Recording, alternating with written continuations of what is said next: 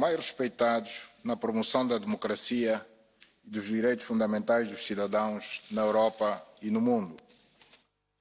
Agradeço o acolhimento cordial que me foi reservado e a delegação que me acompanha desde a nossa chegada a Estrasburgo, que traduz a expressão das boas relações de cooperação existentes entre Angola e todas as estruturas da União Europeia. Não quero deixar de aproveitar este momento singular para manifestar o meu desejo de um diálogo permanente e franco com o Parlamento Europeu, baseado no respeito mútuo, para que se reforce a nossa cooperação em todos os domínios de interesse comum. Com o mesmo espírito, durante a minha recente visita oficial à Bélgica, tive já a oportunidade de abordar com o Presidente do Conselho Europeu e com a chefe da diplomacia europeia algumas situações que preocupam os nossos dois continentes. Como é de vosso conhecimento, alguns dos problemas vividos por África têm reflexos diretos na Europa e merecem, portanto, a atenção cuidada dos responsáveis dos países e das organizações de ambos os continentes. Excelência, minhas senhoras, meus senhores, Angola viveu durante décadas uma situação de conflito armado que provocou a morte de milhares de pessoas e a quase completa destruição das suas infraestruturas, situação que só viria a terminar com a assinatura dos acordos de paz no dia 4 de abril de 2002. O alcance da paz e da reconciliação nacional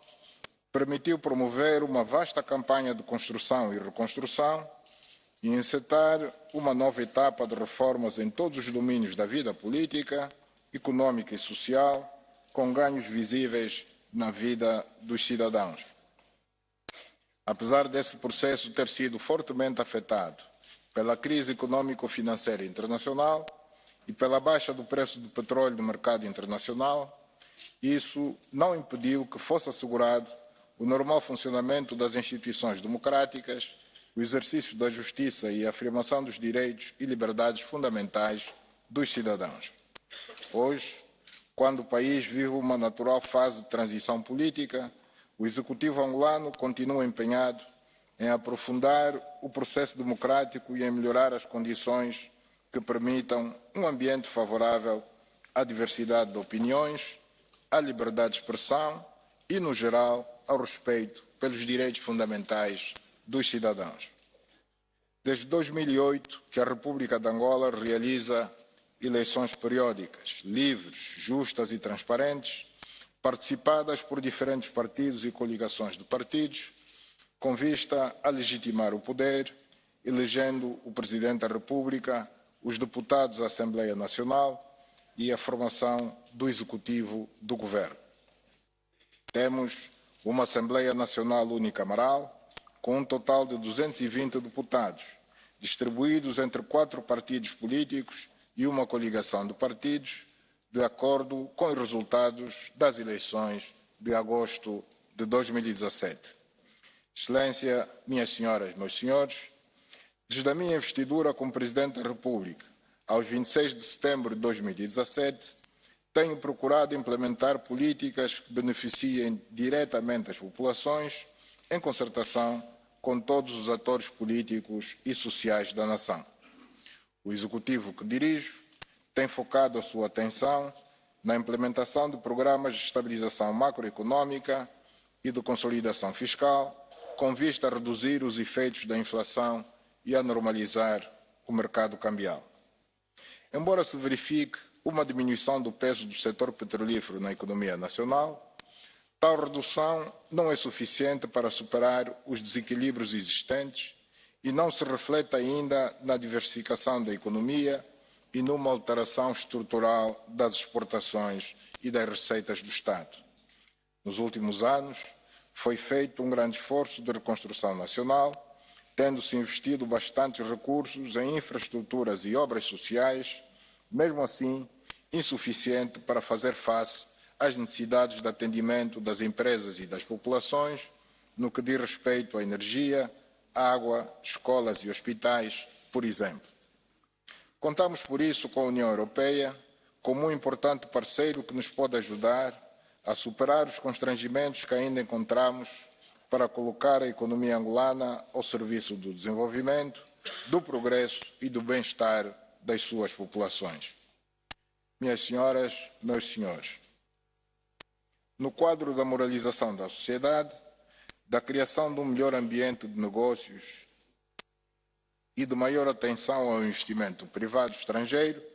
levamos a cabo uma verdadeira cruzada contra a corrupção e a impunidade em toda a sociedade,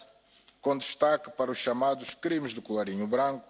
cujos resultados positivos asseguramos que em breve começaremos todos a sentir e a beneficiar. Paralelamente, um conjunto de outras medidas vêm sendo adotadas, como a recente aprovação pelo Parlamento angolano da nova Lei da Concorrência, que tem como objetivo prevenir e sancionar as ações dos agentes econômicos que não cumpram as regras da concorrência, a aprovação da Lei do Investimento Privado, que se tornou mais atrativa para o investidor no geral e, em particular, para o investidor estrangeiro. Ali onde ainda foi possível, foram anulados contratos bilionários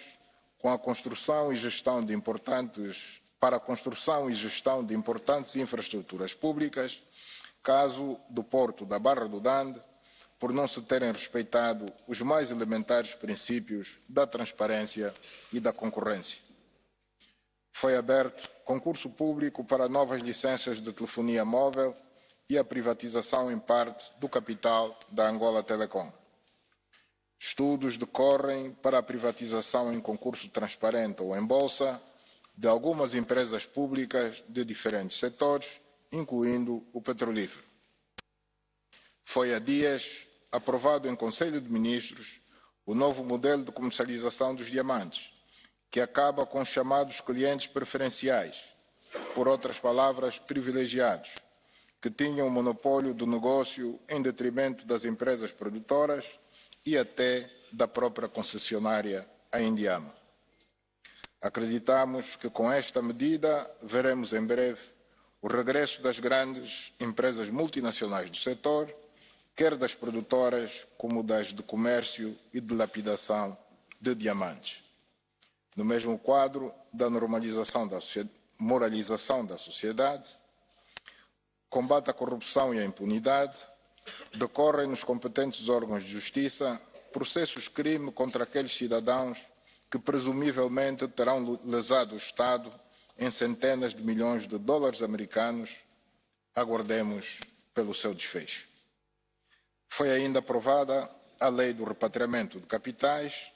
que tem como objetivo fazer o repatriamento voluntário pelos seus detentores dos avultados recursos financeiros, verdadeiras fortunas, que um restrito grupo de cidadãos angolanos detém em paraísos fiscais ou em outros bancos pelo mundo fora. Foi nossa intenção dar-lhes a possibilidade de trazerem esses recursos voluntariamente para o país e com eles realizarem investimentos na nossa economia, criar riqueza, criando emprego, contribuindo desta forma para o fortalecimento da economia nacional. Esta janela que se lhes abriu será por um período exato de 6 meses que expira no final do corrente ano, fim do qual o Estado terá toda a liberdade e legitimidade de utilizar todos os instrumentos legais a seu dispor, não só para localizar e recuperar a totalidade desses recursos, que são do povo angolano, como também de levar às barras da justiça os seus responsáveis. Viemos assinando acordos bilaterais com vista à isenção de vistos em passaportes ordinários e, de uma forma geral, foram tomadas medidas de facilitação e agilização do processo de concessão de vistos para quase todos os países, a favor dos investidores, turistas ou simplesmente de cidadãos que queiram visitar Angola por outras razões. Acreditem que Angola vem se tornando nos últimos meses num país mais aberto ao mundo e, por isso, mais amigo do investimento, mais aberto ao turismo. Angola está aberta ao investimento privado estrangeiro, praticamente em todos os ramos da economia, da agricultura e pecuária, das pescas, da hotelaria e do turismo, da indústria transformadora e dos materiais de construção, da refinação e distribuição de derivados de petróleo e gás natural, da construção e operacionalização de infraestruturas rodoviárias, ferroviárias e portuárias, assim como da produção, distribuição e gestão de energia elétrica e águas. Minhas senhoras, meus senhores, com vista à resolução dos principais problemas sociais do cidadão, como o acesso à água potável, energia elétrica, recolha e tratamento dos resíduos sólidos, transporte público, escola, cuidados primários de saúde e outros, só possível no quadro de uma governação cada vez mais próxima do cidadão, através de órgãos por si eleitos, estão a ser preparadas para 2020 as primeiras eleições autárquicas a ser realizadas de forma gradual, de modo a adotar progressivamente os diversos municípios de autonomia financeira, patrimonial e administrativa. Excelência, minhas senhoras, meus senhores, a África vive hoje um clima de conflitos internos, de insegurança, de crise econômico-financeira, de terrorismo, de fome e pobreza e, como consequência, vem conhecendo sucessivas vagas de imigração em direção ao continente mais próximo, o continente europeu. Esta é uma situação que a todos nos envergonha. É triste e revoltante constatar que cerca de 6 séculos depois de os filhos de África terem sido levados em condições degradantes nos navios negreiros para as Américas, onde, na condição de escravos, contribuíram para o florescimento de grandes economias, hoje a saga se repete, embora numa conjuntura diferente. Os filhos de África vão hoje para a Europa na condição de imigrantes. Dirão alguns que de forma voluntária, o que é discutível. Para sermos francos, fogem dos conflitos armados, da fome e da miséria que assolam alguns dos nossos países, fogem do desemprego e da falta de perspectivas por um futuro melhor. Todos somos responsáveis por este quadro com que muitos países africanos se confrontam. É nesta conformidade que apelamos à União Europeia a estabelecer com o nosso continente um modelo de cooperação que a médio e longo prazo possa contribuir para reverter o atual quadro, que ajude nossos países a passar de meros exportadores de matérias-primas para produtores de produtos manufaturados, industrializados, como garantia de uma maior oferta de emprego e oportunidades de negócios para os nossos cidadãos. Acreditamos que isso será no interesse de todos, que a África e a Europa só têm a ganhar com uma África capaz de reter seus filhos no continente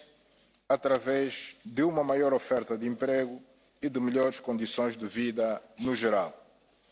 Não se trata de mero sonho, mas de algo que pode vir a ser uma realidade se discutirmos sempre de igual para igual, sem complexos de tipo algum, com realismo e pragmatismo. Minhas senhoras, meus senhores, na minha qualidade de presidente em exercício do órgão para a cooperação no domínio da política, defesa e segurança da SADC, vimos trabalhando em iniciativas tendentes a apoiar os esforços da SADC, da SEAC e da CIRGL na resolução pacífica dos problemas que afetam alguns países da região, com destaque para a RDC, a República Centro-Africana, o Sudão do Sul, o Lesoto e, ultimamente, também o Madagascar. Trabalhamos em conjunto com as organizações subregionais citadas e também com a União Africana e as Nações Unidas, respeitando sempre a soberania nacional de cada Estado, assim como as normas do direito internacional. No que diz respeito à cooperação entre a União Europeia e o continente africano, realizamos no ano passado a 5ª Cimeira, na qual foram discutidas questões de paz e segurança, da boa governação, democracia, os direitos humanos, as migrações e a mobilidade dos cidadãos, o investimento e o comércio, o desenvolvimento de capacidades e a criação de emprego. É a posição comum africana a necessidade da mudança do paradigma do modelo de cooperação estabelecida no âmbito dos acordos de Cotonou entre a União Europeia e o grupo de países da África, Caraíbas e Pacífico. Termino reiterando os meus agradecimentos pela hospitalidade, pelo cordial acolhimento e pela atenção dispensada pelos senhores eurodeputados. Muito obrigado.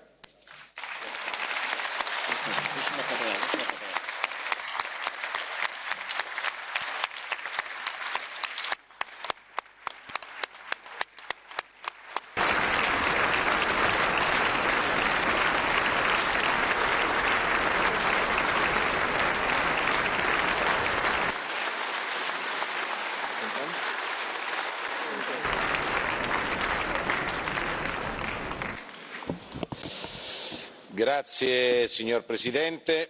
Come